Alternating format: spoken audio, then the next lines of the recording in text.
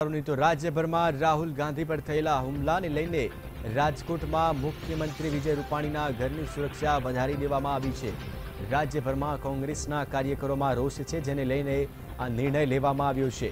तो जे रीते गईकाले कोंग्रेसना उपाध्यक्ष राहुल गांधीए बनासकांठानी मुलाकात करी। मुलाकात दरमियान तेमनी गाड़ी पर पत्थरमारो करवामां આવ્યો तो गाड़ीना काच तोड़वामां આવ્યા હતા। समग्र घटनामां राहुल गांधीना पीएसओने ईजा पण पहोंची हती।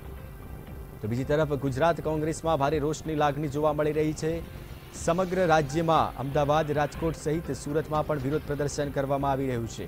तो आ तरफ राजकोट में पण कोंग्रेसना कार्यकरो द्वारा रस्ता पर उतरी आव्या हता अने विरोध प्रदर्शन करवामां आव्युं हतुं, जेने लईने मुख्यमंत्री विजय रूपाणीना निवासस्थाने पोलीस बंदोबस्त वधारी देवामां आव्यो छे।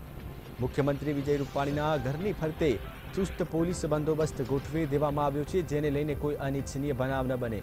तो गुजरात कोंग्रेस में जे रीते गुस्सो जोवा मळी रह्यो छे, रोष प्रगट थई रह्यो छे, जेने लईने आ निर्णय लेवामां आव्यो छे। मुख्यमंत्री विजय रूपाणीना घरनी बहार चांपतो पोलीस बंदोबस्त गोठवी देवामां आव्यो छे।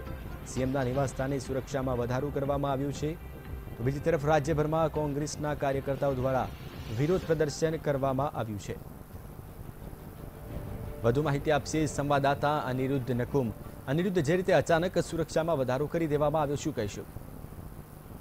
ખાસ કરીને જો રાજકોટની વાત કરવામાં આવે તો ગઈકાલે બનાસકાંઠાની અંદર રાહુલ ગાંધીના કાફલા ઉપર જે પથ્થરમારો, તેની ગાડી ઉપર જે પથ્થરમારો થયો, તેને લઈને એક ભાજપ કાર્યાલયમાં ગઈકાલે રાતે પણ યુવા કોંગ્રેસ દ્વારા એક આશ્ચર્યજનક કાર્યક્રમ આપવામાં આવ્યો હતો। ત્યારબાદ આજે સવારથી વહેલી સવારથી ભાજપ કાર્યાલય ઉપર બંદોબસ્ત ગોઠવી દેવામાં આવ્યો છે। તે ઉપરાંત રાજકોટમાં વિજયભાઈ રૂપાણીનું જ્યાં ઘર છે ત્યાં પણ એક બંદોબસ્ત, ત્યાંથી પણ એક કોર્પોરેટરને એક કોંગ્રેસી કાર્યકર્તાઓની ધરપકડ કરવામાં આવી છે। અત્યાર સુધીમાં ટોટલ રાજકોટની અંદર 40 કાર્યકર્તાઓની કોંગ્રેસના ધરપકડ કરવામાં આવી છે।